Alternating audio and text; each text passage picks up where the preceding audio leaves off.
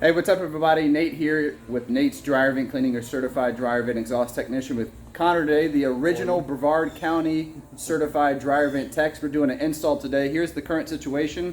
And this one, it turns in the foil above the attic and goes that way. And we're gonna make it go straight up to the metal roof and put a dryer jack on.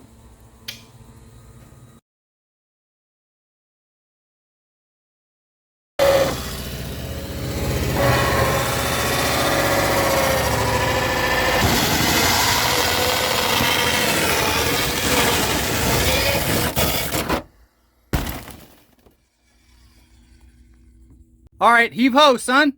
Whoa. A little bit more.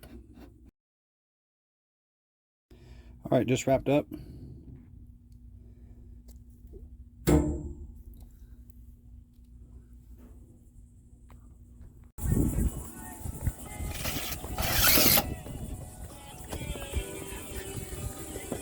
Beautifully placed dryer jack.